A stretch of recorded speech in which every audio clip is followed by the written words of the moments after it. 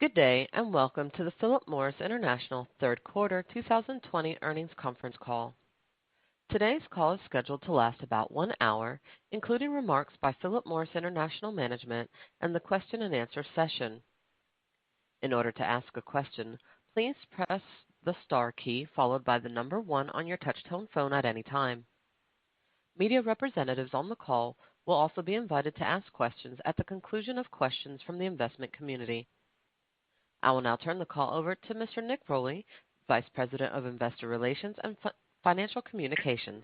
Please go ahead, sir. Welcome, and thank you for joining us. Earlier today, we issued a press release containing detailed information on our 2020 third quarter results. You may access the release on www.pmi.com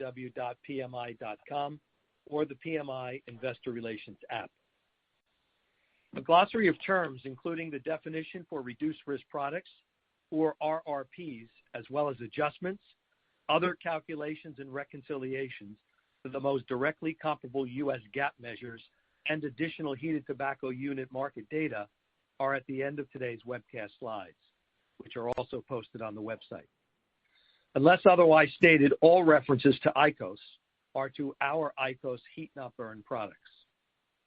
Comparisons presented on a like-for-like basis reflect pro forma 2019 results, which have been adjusted for the deconsolidation of our Canadian subsidiary, Rothmans, Benson & Hedges, Inc., effective March 22, 2019. Please also note that growth rates presented on an organic basis for consolidated financial results reflect currency-neutral underlying results and like-for-like comparisons where applicable. Today's remarks contain forward-looking statements and projections of future results. I direct your attention to the forward-looking and cautionary statements disclosure in today's presentation and press release, or review the various factors that could cause actual results to differ materially from projections or forward-looking statements. Please also note the additional forward-looking and cautionary statements related to COVID-19. It's now my pleasure to introduce Emmanuel Babeau, our Chief Financial Officer. Emmanuel? Thank you, Nick, and welcome, ladies and gentlemen. I hope everyone listening to the call and those close to you are safe and well. Our business delivered an even better than expected performance in the third quarter, despite the ongoing circumstances of the pandemic. Most importantly, the excellent momentum of IQOS continues. HTU volumes have grown 28% year to date, with a positive mix effect on our net revenues, where RRPs again made up almost 1/4 of our business in Q3. IQOS user acquisition outpaced the prior year quarter to reach an estimated total of 16.4 million users at the end of September. While still below pre-pandemic levels in most places, our combustible business recorded an improved sequential performance. Underlying industry volumes were better across both developed and emerging markets, reflecting increased consumption occasions. This was notably the case in markets with a significant proportion of daily wage workers like Indonesia, Mexico, and the Philippines. Despite these better industry volumes, Indonesia remains challenging together with duty-free.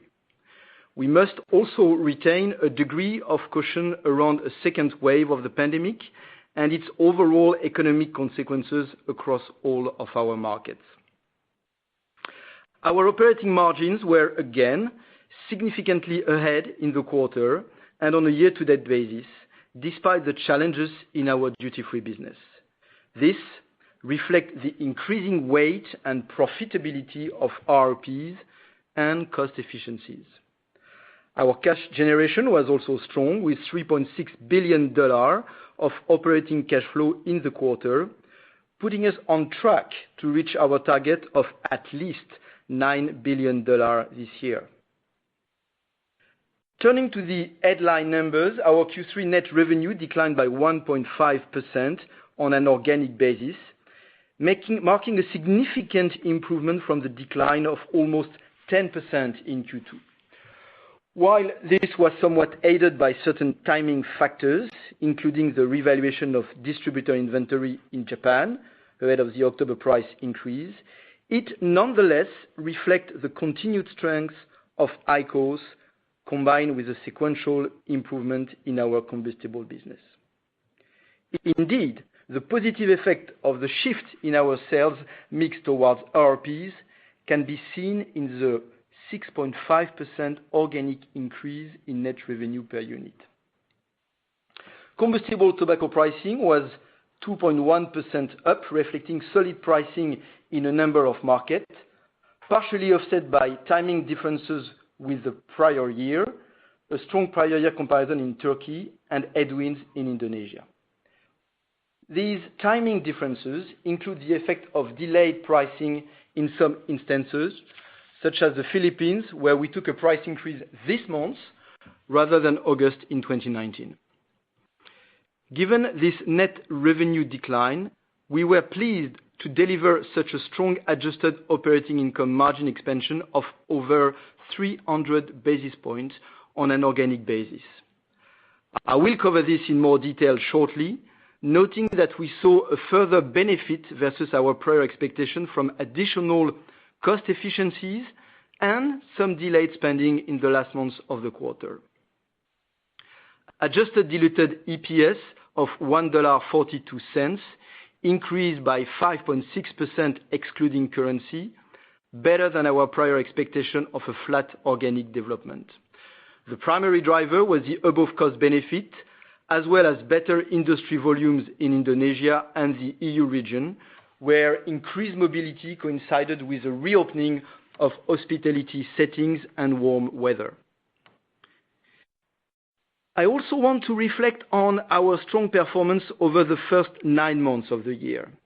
This was clearly a challenging period with disruption to many aspects of our operations, including our supply chain and route to market. Our net revenue declined by only 0.9% on an organic basis, an exceptionally resilient performance given these unprecedented headwinds. We estimate that duty-free and Indonesia alone were a mid-single-digit drag on our top-line growth. Despite these factors, we saw very good organic progression in our net revenue per unit from the increasing weight of RRPs and solid pricing in combustible. Our adjusted operating income margin increased by 260 basis points to deliver 7.4% adjusted diluted EPS growth, all on an organic basis. Let me now go into the driver of our Q3 margin expansion in more detail, starting with gross margin, which expanded by 180 basis points on an organic basis. This is driven by multiple levers. First, our ongoing transformation is delivering an increasing mix of RRPs in our business.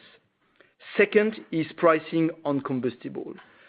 Third is our focus on overall manufacturing productivity, where our focus on efficiency, quality, and footprint more than offset the impact of lower combustible volumes. The positive gross margin development was augmented by our focus on SG&A efficiency, with our total marketing, administration, and research cost 140 basis points lower as a percentage of net revenues on an organic basis. This reflects the ongoing digitalization and simplification of our business processes, including our RRP commercial engine and more efficient ways of working. There was also a benefit from the timing of certain costs, as I already mentioned. Despite the challenges of 2020, we are today raising our expected full-year adjusted diluted EPS range to between $5.05 and $5.10, reflecting around 5 to 6% organic growth. This excludes an assumed unfavorable currency impact at prevailing exchange rate of 32 cents. As stated in our earnings release, we have also updated certain guidance assumptions. We now expect a total industry decline of 7 to 8%, and a like-for-like decline in total PMI shipment volume of 8 to 9%, both of which factor in the better Q3 development in the EU and a smaller expected market decline in Indonesia. We assume an organic expansion in our adjusted OI margin of around 200 basis points, also reflecting the above factors and ongoing cost efficiencies.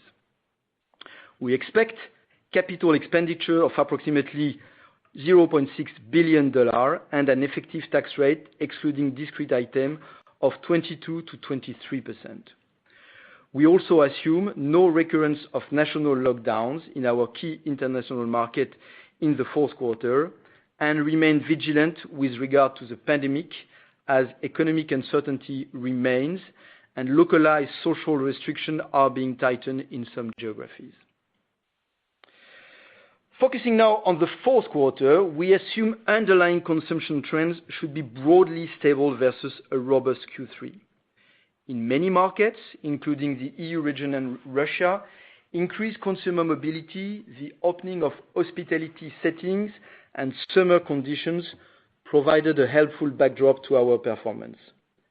However, there remains continued pandemic-related uncertainty as we now see localized restriction tightening in certain countries, with potential impact on both mobility and economic vitality. The delay of certain SG&A costs from Q3 will also have an impact on our fourth quarter results. In addition, it's worth noting that while the price increase in Japan took effect on the 1st of October, the majority of the impact this year was realized in the third quarter through the revaluation of distributor inventories. I should remind you that Q4 2019 present a strong base of comparison. This is notably due to pricing in Indonesia ahead of the January 2020 excise tax increase and an exceptional share gain in Saudi Arabia due to market disruption ahead of new plain packaging requirements. As such, while we expect around 5 to 6% organic EPS growth for the year, we expect the organic progression to be flat to modestly negative in the fourth quarter, excluding 4 cents of estimated unfavorable currency. I will now cover our third quarter performance in more detail. As with the net revenues, our combustible shipment volume sequentially improved, albeit the year-over-year decline remains greater than historic average. This was supported by better industry trends in all regions. Conversely, our HTU shipments volume continued to grow strongly to reach a record 19 billion units, driven by the EU region, Japan, and Russia. I also want to touch on the year-on-year inventory movement in the quarter, which negatively impacted our shipment on both cigarettes and HTUs vis-à-vis consumer offtake. The reversal of trade build-up in H1 in markets like Germany and Russia was one contributing factor. Specifically for Japan, there were reductions in distributor inventory in Q3, following increases in both Q1 and Q2 of this year, in anticipation of retail and consumer loading before the October tax-driven price increase. As such, our shipments in the quarter were less than our in-market sales volume. Importantly, inventory for cigarettes and HTUs in Japan are now aligned to the expected market size following the price increase. The main positive impact of the price increase on our Q3 result was the revaluation of distributor inventory. This strong performance from IQOS means that heated tobacco unit made up over 10% of our total shipment volume in the first 9 months of the year, as compared to approximately 8% in 2019 and 5% in 2018. We continue to expect this proportion to grow over time as the positive momentum on RRPs continues and remain well on track to achieve our target of 90 to 100 billion units in 2021. Our mission is to grow the RRP category globally and transform the mix of our business. With $4.9 billion in sales year to date, RRPs are now approaching 1/4 of our total net revenues. Indeed, while this percentage was just over 23% in the quarter, if we were to adjust for inventory movements, Q3 would have almost reached 25%. IQOS devices accounted for approximately 8% of RRP net revenue year to date, mainly due to a naturally lower ratio of new users to existing users, longer replacement cycle and geographic mix, particularly in the third quarter. In some geographies, we still sell a substantial amount of the lower priced original IQOS 2.4 Plus device, and we have now introduced Lil Solid in Eastern Europe. The East Asia and Australia region provides an illustration of RRPs operating at scale and is on track to deliver over half its revenue from RRP this year. While the investment phase of building commercial infrastructure can weigh on margin as scale is built, the strong margin expansion over recent years show how powerful scale and experience in RRP can be as investments start to pay back and the commercial approach is optimized. Focusing now on our total international market share, the development were very positive for the bulk of our business. Before the impact of duty-free cigarettes and Indonesia, our share increased by 0.4 points. This was driven by higher share for heated tobacco unit, which increased by 0.8 points to reach 3.1%, only partly offset by lower share for cigarettes. In markets where IQOS has a meaningful presence, our share increased with few exceptions. It followed that our combined market share increased in the EU region, Japan, and Russia. However, our total international market share was negatively impacted by duty-free, where our share is higher than the PMI average, resulting in only partial recapture of volume in other markets, and by Indonesia, which I will come back to separately. It is also true that in many markets, Marlboro over-indexes to social consumption occasion, which are naturally lower during COVID-related restriction. While the easing of measures is uneven across market, we saw aggregate Marlboro share start to recover sequentially in the quarter. I turn now to Indonesia. While the challenges related to the excise tax structure remain, underlying consumer trends improve in the quarter. Industry volumes declined by 6%, excluding trade inventory movements, a notable improvement from the 22% decline in Q2. This primarily reflects a recovery in daily consumption from depressed level as confinement eased. Given the continued rise in COVID cases and the possibility of more localized restriction, such as those temporarily introduced in Jakarta last month, we do not assume significant further improvement in the fourth quarter. However, reflecting the better third quarter industry volume and exit rate, we now expect the total industry decline on the shipment basis to be around 11% for the full year versus 15% previously. While a smaller industry decline has a commensurate effect on our volumes, our market share remains under pressure despite improved performance from the higher margin A-Mild, G Samsu Magnum, and SKT brands. This is due to the same dynamic mentioned last quarter. Most notably, the growth of tax advantage below tier 1 brands continues as tax-driven pricing and the pandemic have increased downtrading. To illustrate this issue, the tax per stick on our tier 1 A-Mild brand is more than 60% higher than on the comparable tier 2 Kretek brand, with a similar resulting difference in the retail selling price. With the segment now at 26% of the market, this represents a serious and growing threat to state excise revenue and a diminished return on this year's tax increase. The correction of volume-based tax tiers remains urgent. We are hopeful that the government will take steps over time to ensure more predictability in tax revenue and a level playing field by reforming the multi-tier excise structure. The process of minimum selling price implementation also continues to progress slowly, hampered by the pandemic. Full enforcement may not be complete until the end of the year at the earliest. I move now to our RP performance. We estimate that there were 16.4 million total IQOS users as of September the 30th. This represents the addition of around 1.1 million adult users since the end of the second quarter and over 4 million since the same time last year, with more users added in both Q3 and year-to-date than the corresponding period in 2019.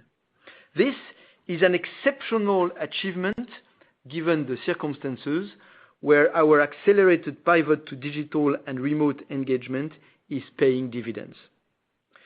We further estimate that 72% of this total, or 11.7 million adult smokers, have stopped smoking and switched to IQOS, with a balance in various stages of conversion. This again reflects widespread user growth momentum across all key IQOS geographies, including Japan, the EU region, and Russia.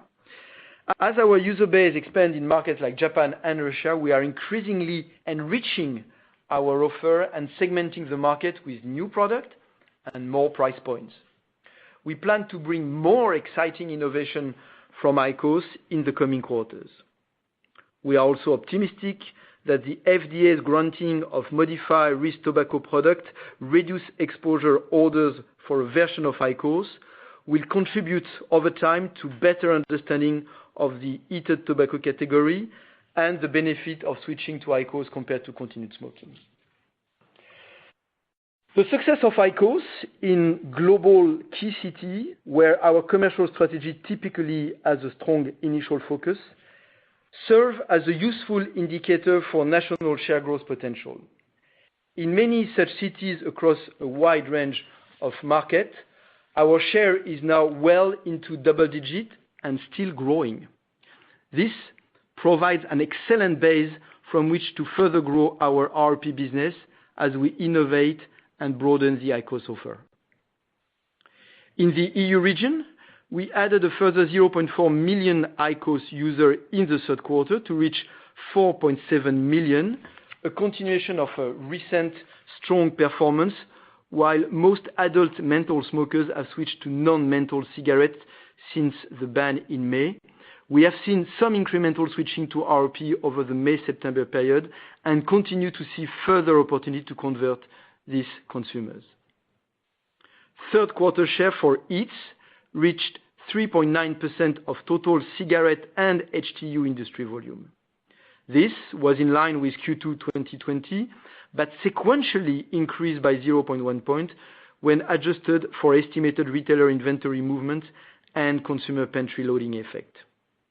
Sequential IMS growth, also on an adjusted basis, was plus 16%.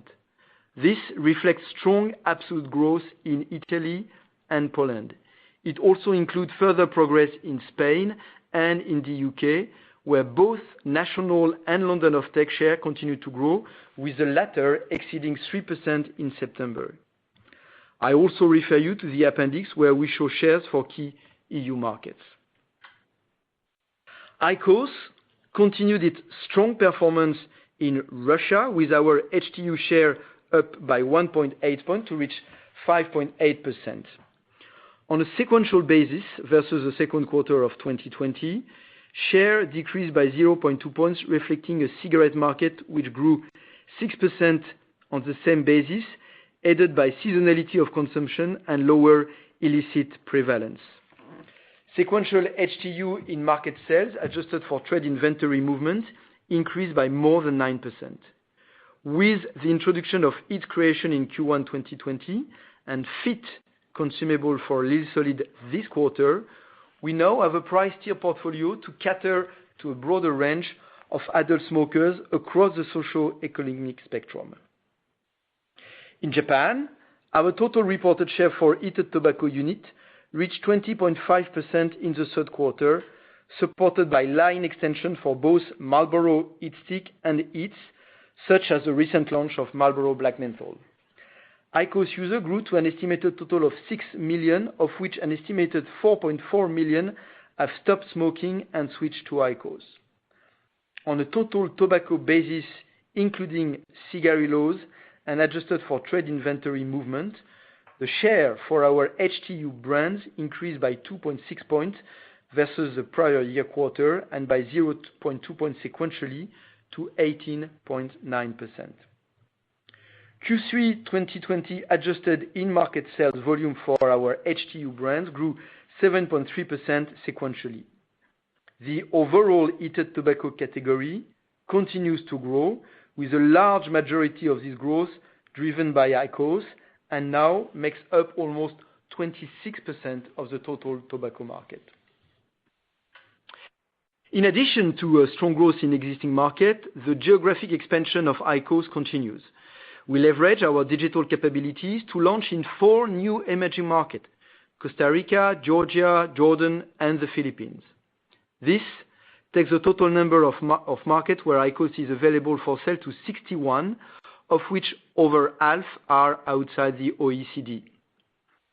The launch in the Philippines was initiated digitally before adding retail touchpoints and is focused on Metro Manila, where consumer purchasing power is higher. While the geographic scope is limited, we are encouraged by progress so far.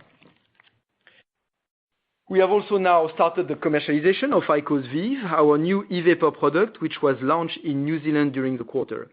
Initial adult consumer feedback is positive, and we plan to roll out to further market in Q4 and 2021. The commercial infrastructure of IQOS will allow us to deploy efficiently and at scale. We place great importance on guarding against youth access for all our products. In this category in particular, we will be testing age verification technology in select markets. As part of our mission to build and accelerate the global RRP category, we aim to offer a choice of experiences, formats, and price points to adult smoker and consumer of other nicotine products.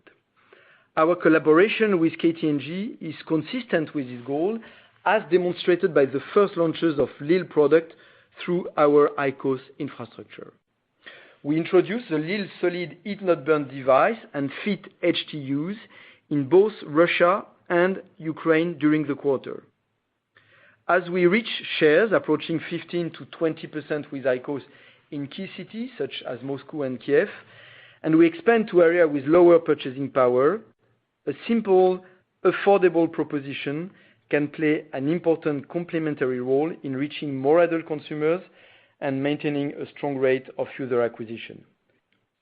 Early results are encouraging with positive feedback from adult users.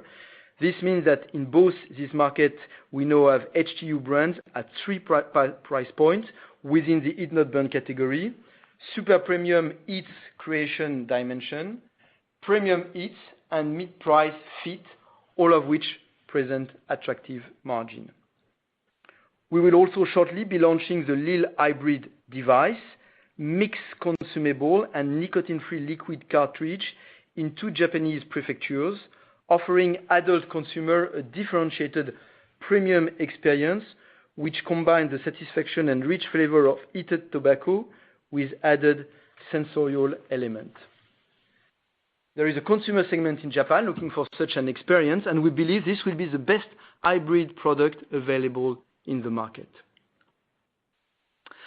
I want now to emphasize the deep alignment of our business with sustainability and ESG objective, which sit at the core of our mission and strategy. Our most important ESG issue is the health impact of our product. By innovating with significantly better alternatives such as IQOS, we have a historic opportunity to substantially reduce this impact by switching adult smoker who would otherwise continue to smoke to reduce risk product. Through deploying RRPs at scale, we can improve public health and contribute to the Sustainable Development Goals, especially Goal 3, good health and well-being. We also have best-in-class practices across a range of central ESG issues, where the other 3 of our 4 sustainability pillars are focused. We believe this provides a unique combination whereby sustainability is a true driver of innovation and growth. By embedding sustainability into the core of our business, we can create value for our shareholders and society at large. To conclude, our Q3 results were stronger than expected, and we have raised our full year guidance to reflect around +5% to +6% organic EPS growth. We are building a business through RRPs to deliver superior and sustainable growth over the coming years. The continued momentum of IQOS through the challenges of the pandemic demonstrate the structural growth characteristic. We are also committed to maintaining the competitiveness of our combustible business. We have a number of levers for growth in our top and bottom line. First, the powerful mix effect of RRPs. Second, pricing, which will remain important for combustible and where appropriate for RRPs. Additionally, efficiency in our manufacturing and SG&A costs are further levers as we continue to hone our business model. Moreover, with the launches of the IQOS VEEV and lil product, we are broadening and stepping up our product offer and innovation in 2021. You can also expect us to bring further exciting innovation to our IQOS heat-not-burn platform. As I just mentioned, sustainability and ESG are at the heart of our smoke-free strategy, and we continue to work tirelessly to further our mission. As we all know, there remain continued uncertainty regarding the pandemic, the impact of social restriction, and their economic aftermath.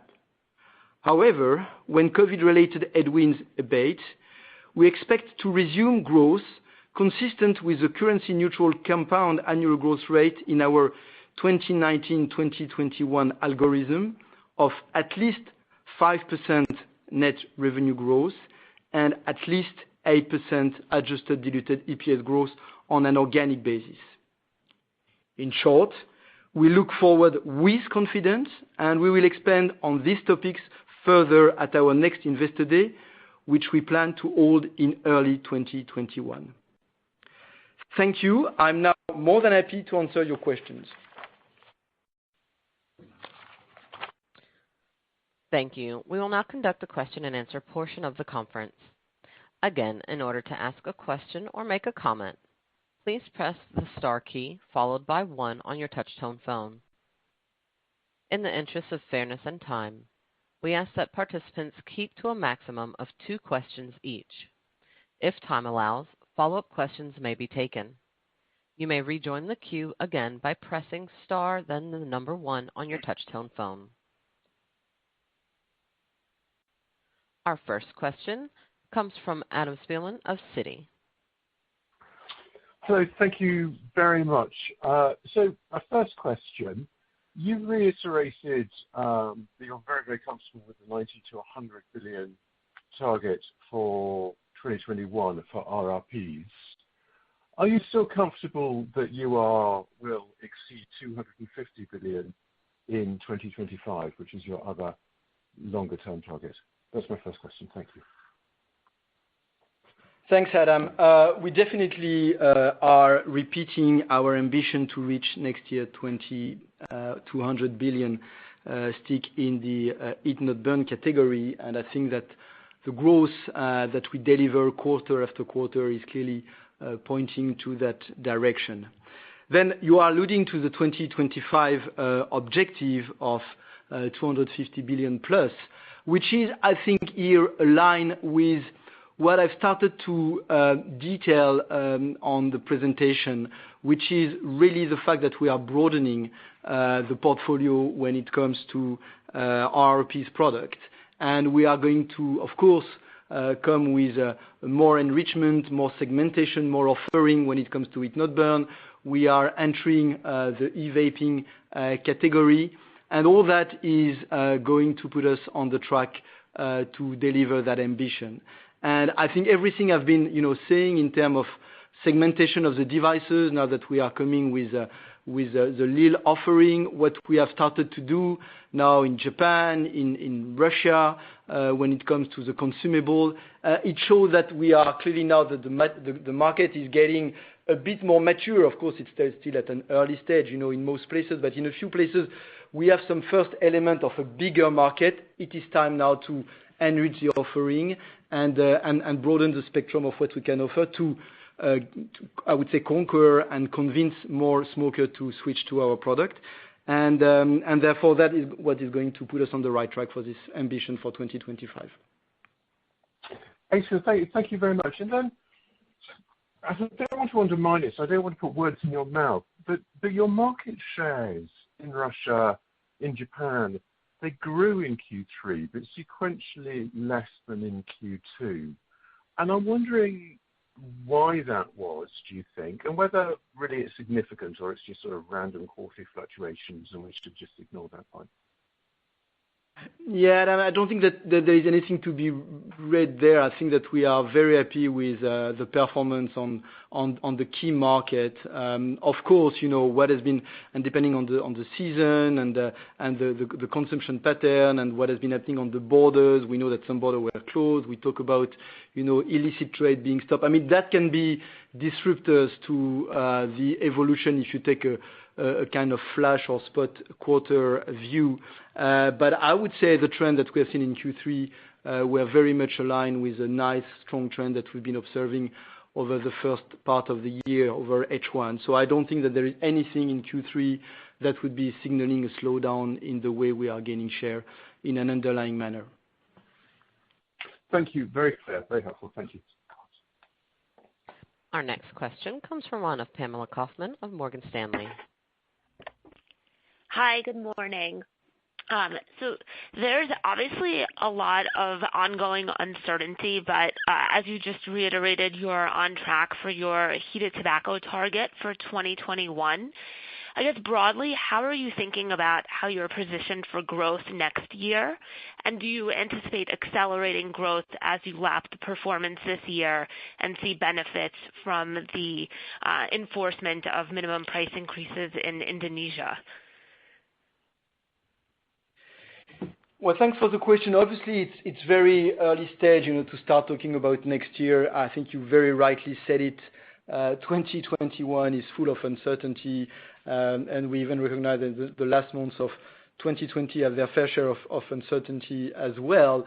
So difficult to, of course, start to elaborate on 2021.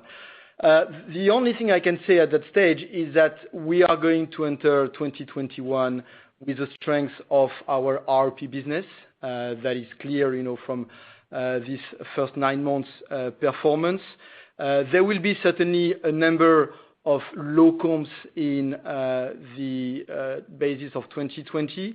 But as we don't know how the market are going to be in 2021, and if I take the example of duty free, which of course you could say we're going to have, 9 months with very, very low business in duty free in 2020. So one could argue, well, that's an easy basis of comparison, but nobody is able to say today what's going to be the rebound next year of duty free. So it's just difficult to say which kind of growth trajectory at that stage it design, if you want. I hope we'll know more at the beginning of 2021 when we will comment on our full year 2020, and at that stage we can share a more detailed view. But I think that for us the main element today that I would say is a kind of for sure, whatever is the environment, is a very, very strong performance of our Heat Not Burn business. Thank you. And also, obviously, very strong margin performance in the quarter. Can you elaborate on the factors that contributed to that in terms of lower marketing and administrative costs?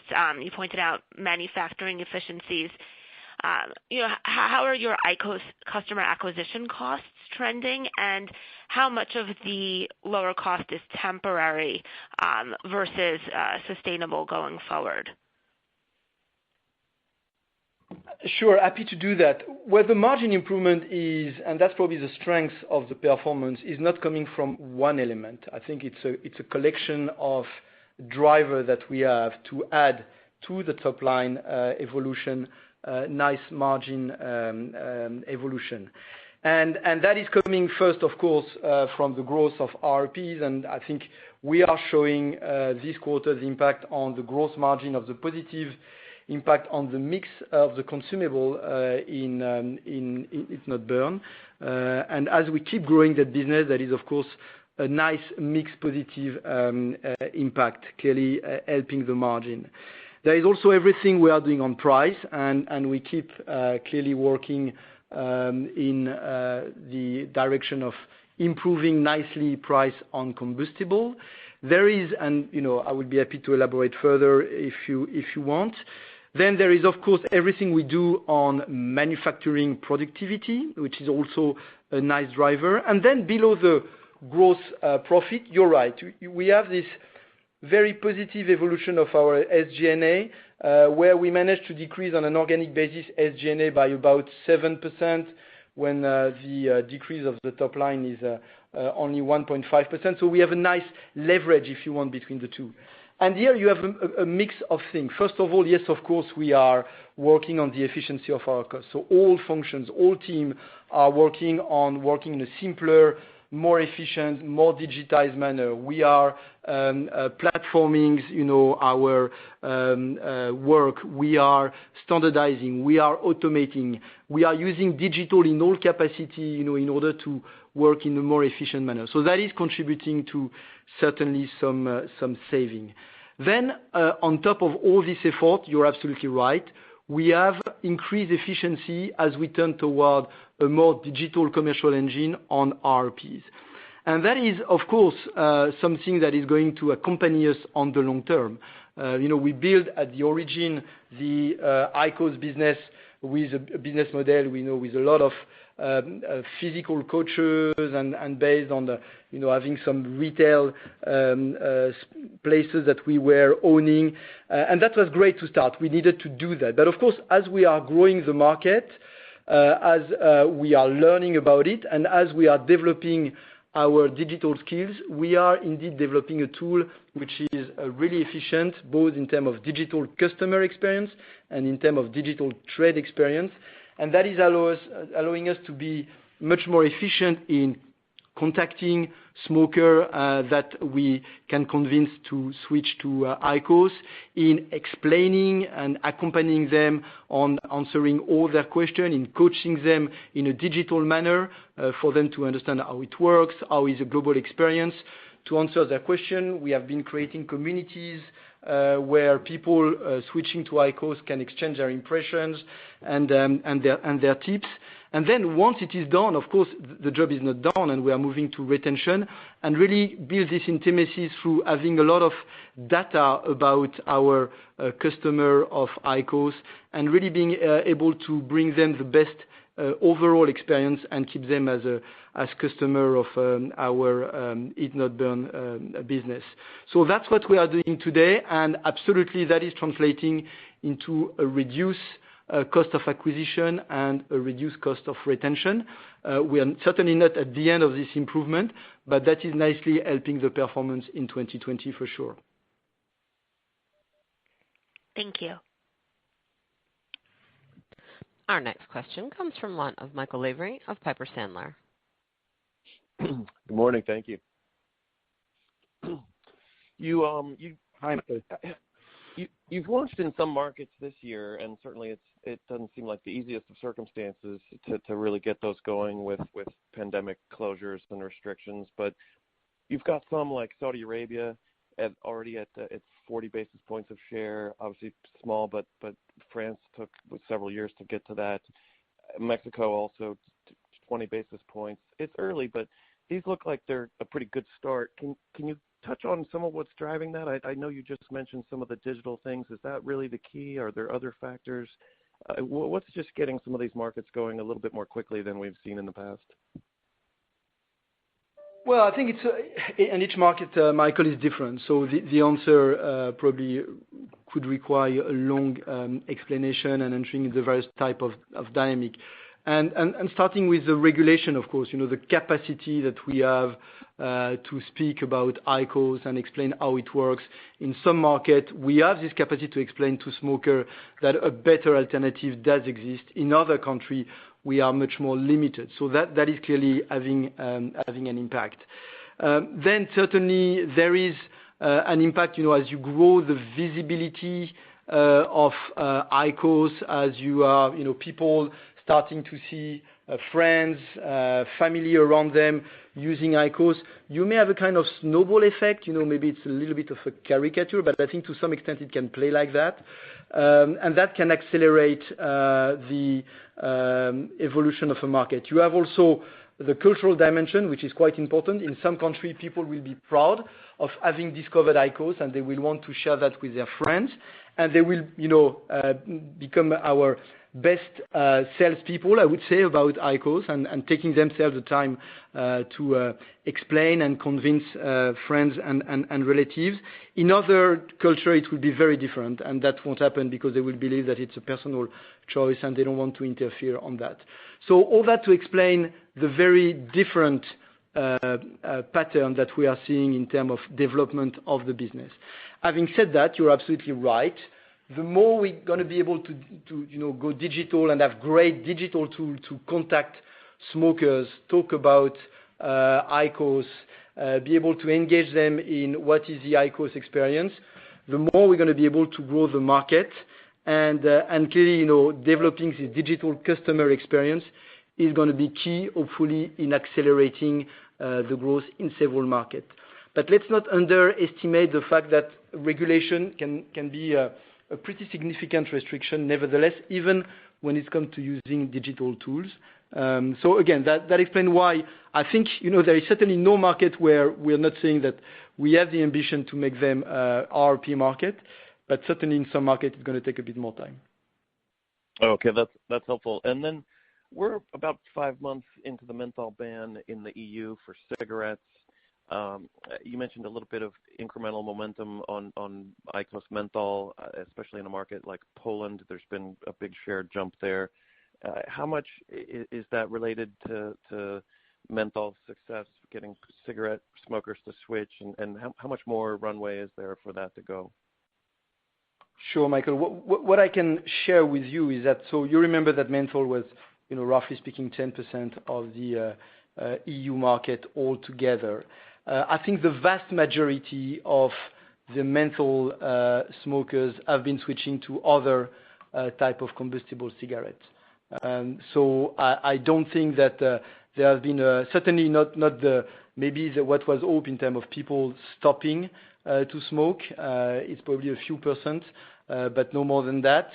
And when it comes to switching to other alternatives like heat-not-burns and IQOS in particular, maybe around 5% of the people have done that so far, which doesn't mean that we are giving up. We think that we can certainly convince more people, but I think the impact has been relatively limited. You're right, probably helping a little bit in Poland, maybe in the UK as well, which are two big markets for menthol. But I would not say that it has been having a big positive impact so far on our IQOS business. Okay, thank you very much. Our next question comes from one of Vivien Azer of Cowen. Hi, good morning. I appreciate all the detail around digitization and IQOS user engagement. Seemingly, a lot of the hard investments you guys made early and then the incremental investments are paying off. I was wondering if we could kind of pull that all together and perhaps quantify the evolution of your IQOS user acquisition costs, in particular over the course of 2020, given COVID. Thanks. Well, I understand the question, but at that stage, I think we're not going to enter into more granularity. I think we are, giving through this set of numbers and presentation more detail on the driver for profitability. So I'm sure that you are able to capture, through the gross margin evolution and other elements that we are giving some elements. But it's obviously, as you can imagine, a relatively strategic information, sensitive, and therefore it's not something that we can share. But I'm certainly happy to confirm that we are seeing a significant decrease, and that we have ambition for more significant decrease in the future. So I'm just reiterating my comment that you should expect more improvement on the ramping up of the profitability of our RRP business in the future, which is really great because we are combining a big driver for the top line growth, quite obviously, and in addition, a nice driver for profitability improvement. Okay, that's fair. Thank you very much. And my second question is just on price gaps in the heat not burn category. It makes a lot of sense to me that you would want to introduce a tiered portfolio as your penetration, continues to mature, if you will. How are you thinking about those price gaps relative to combustibles, though? I mean, you've used the same kind of descriptive language in terms of the price segmentation in Russia. Are we meant to take that to understand that you're going to match price gaps against combustibles with a tiered heat not burn consumable portfolio, or is there a reason to think it might vary? Thank you. Well, as you know, globally, we have a position because it deserves it. Our RRP business as a premium business. It's a unique consumer experience, and that fully justify a premium price positioning. Now, of course, as in some countries as well, the excise duty level is lower, sometimes materially lower on RRPs and on heat not burn than on combustible cigarettes, and therefore that is also justifying a lower price point. So I would say, as a rule, we have our combustible that are priced at the price on Marlboro, or sometimes even a bit below Marlboro. And I think it's a good positioning, the sweet spot to really reflect the overall experience and the value for the consumer, but also the specificity of the heat not burn category and our heat not burn product. And in segmentation, we're going to do the same. It's of course related to the customer experience as well, and all three consumable are not the same, and they not deliver the same experience. And exactly like we have been doing for decades on consumable, depending on the level of I would say benefit value for the consumer, what is perceiving, the overall pleasure and positive dimension for him. We'll have different price positioning that will be aligned with that. I don't think we should expect anything really materially different there. Understood. Thank you very much. Our next question comes from one of Bonnie Herzog of Goldman Sachs. All right. Thank you. Hello, Emmanuel. Hi, Bonnie. Your quarter was, stronger than expected, and you're seeing a better demand environment, and then you also took up guidance again. So I guess I'd like to get your thoughts on resuming your share buyback program and if this might be realistic next year. It seems like you have flexibility, and I guess I think of it as an important positive signal for the market that probably, would be viewed favorably. So, I just think it would probably help to support your stock price. So I'd love to hear what your current thinking is on this. Thanks for the question, Bonnie.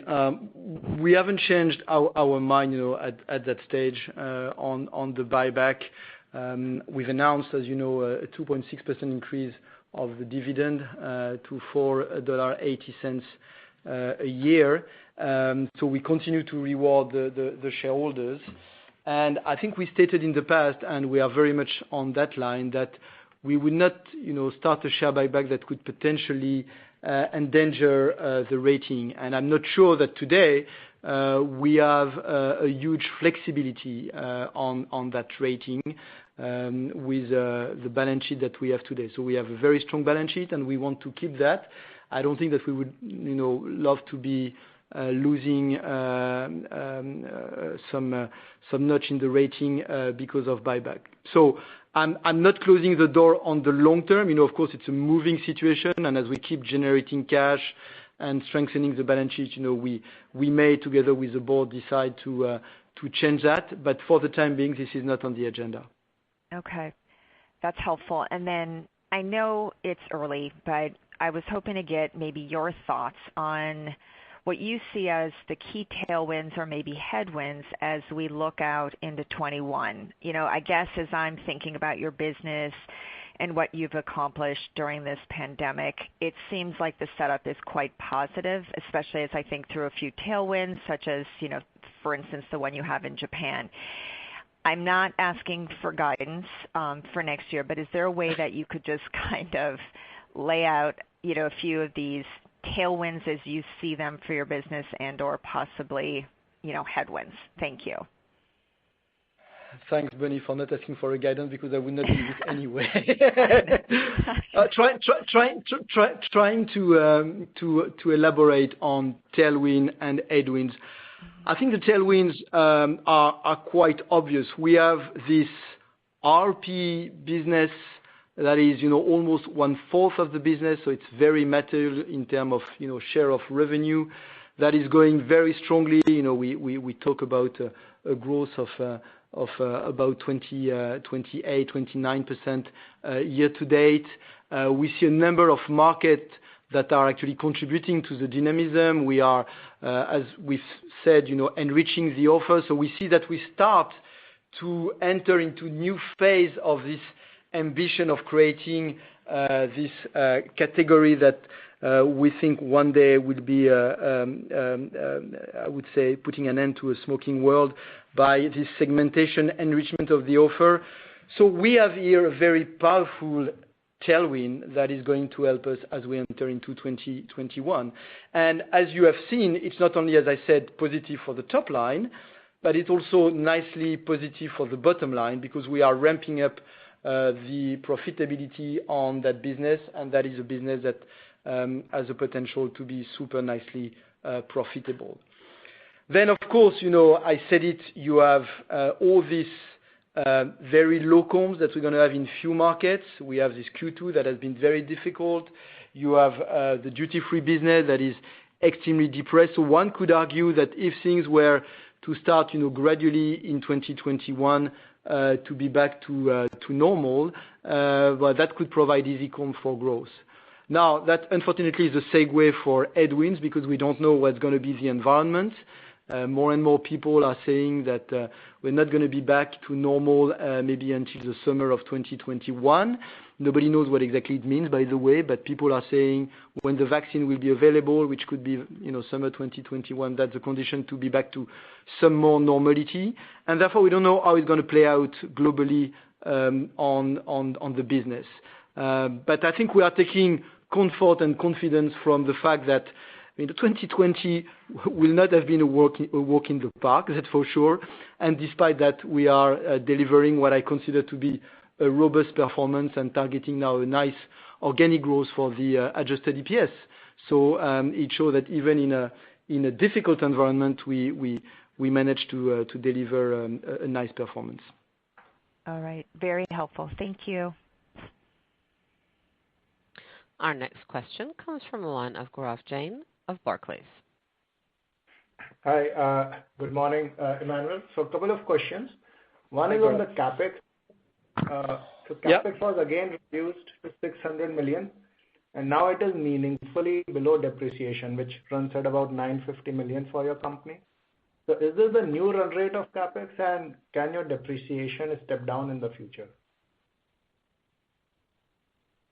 Sure, Gaurav. So no, this is not the new normal for the company. We are obviously, going through stormy water. So it's an adjustment, and there is a number of projects, by the way, that given the environment, we prefer to postpone. So that explains why we are now targeting $0.6 billion for the year. I think you can expect us, when we are back to a more normal environment, to be back to a more normal CapEx amount that I would say probably to be around $0.8 billion. So that could stay below the level, you're right, of amortization and depreciation that is north of $900 million today. And of course, over time, if it continues like that, that will mean that this amount will decrease as well. You're absolutely right. I'm not able to give you a phasing for that, but that should be over time a natural evolution. Though, of course, with the carryover effect, it will take some time. Sure. And my second question is on your travel retail business, where you have booked zero revenues on IQOS in the Middle East and Africa line. And clearly the market is not down 100%, so you are supplying out of inventory. So is there any risk of inventory write-down in travel retail? I think at the end of September, we have been taking care of the potential impact of that. So I would not, expect anything major for the rest of the year. Okay, brilliant. Thanks a lot. Thank you. Our next question comes from the line of Chris Growe of Stifel. Hi, good morning, Emmanuel. I just had a question for you, if I could, on some of the inventory adjustments that occurred in the quarter, and just understand. So IQOS had a inventory drag that weighed on its volume in the quarter. And you reported an even stronger performance for that brand, excluding the inventory changes. Are inventories, say for IQOS, I guess I'd be curious for your business overall, are they at the right level, or are there expected changes to occur in the fourth quarter on inventory, perhaps a building inventory? No, Chris, I think that you're right, and I think we flagged, in H1 that there was a number of countries with some anticipation on inventory. We got the reversal of that in Q3. You're right, if you retreat the shipment by that, we have a record around 20.5 billion stick of in-market sales, which is, it's quite a symbolic threshold, but to be above 20 billion is quite nice.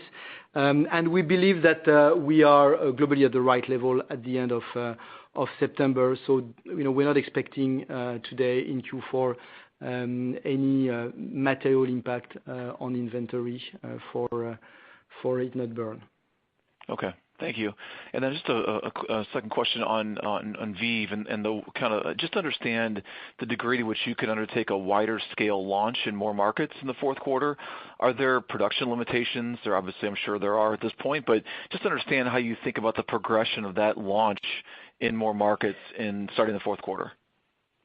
So there could be, a very limited number of market launch in Q4. I think we're taking the time to have all the lesson learned from what we've seen in New Zealand to make sure that when we launch, we are, super ready and very successful. There is certainly things around age verification on which we are still working and which are very important for us, as you know. So we are still working on these various dimensions. So don't expect too much in Q4. I think the big new launches will be more for 2021. Okay. Thank you for your time. Thank you. Again, ladies and gentlemen, in order to ask a question, simply press star, then the number 1 on your telephone keypad. Our next question comes from one of Owen Bennett of Jefferies. Afternoon, Emmanuel. Hope all well. Owen, hi. First question, please. I just wanted to come back to Adams and the 250 billion target by 2025. So you mentioned the role the expansion of the portfolio into e-vapor will have here. Obviously, very different economics between heated and vapor. So how do you see that 250 billion being split between the two categories? I know very early days, but I'm kind of a rough idea internally how you see that evolving. Sure, Owen. So we haven't been splitting the 250, so I won't do it now. I think we believe that quite obviously each RP category has a play in getting there, but there is no doubt that we continue to see the heat-not-burn category as being, I would say, the majority of this 250. So we certainly intend to develop e-vaping and IQOS VEEV and other things that we could launch from now until 2025. But I think you should expect still a big part of this, a big majority of the 250 to come from heat-not-burn. Remember, this is an aspiration that we've been sharing. I think as we progress, we'll make sure that we put more detail around that. So bear with us. We're going to certainly continue to give more vision, more visibility. But at that stage, I cannot split further the 250. And quite obviously, we want to develop things in a profitable manner. So that is also drive the choices and the final number in the split of the 250 billion. Okay, thank you. And second one, I was hoping you could give me the ex-inventory heated volumes in Eastern Europe for Q1, Q2, and Q3 to just see how that's kind of progressing, stripping the inventory impacts out. Well, I don't have that with me, but I can see with the team maybe afterward whether this is something that we can find a way for you. Okay, great. Thanks very much. Appreciate it. Thank you. Thank you. And thank you. We have reached the allotted time for questions. I'd now like to turn the call back over to management for any additional or closing remarks. Well, thank you very much. That concludes our call for today. If you have any follow-up questions, please contact the Investor Relations team. Thank you again, and have a great day. Thank you all. Talk to you soon. Bye. And thank you, ladies and gentlemen. This does conclude today's call. You may now disconnect.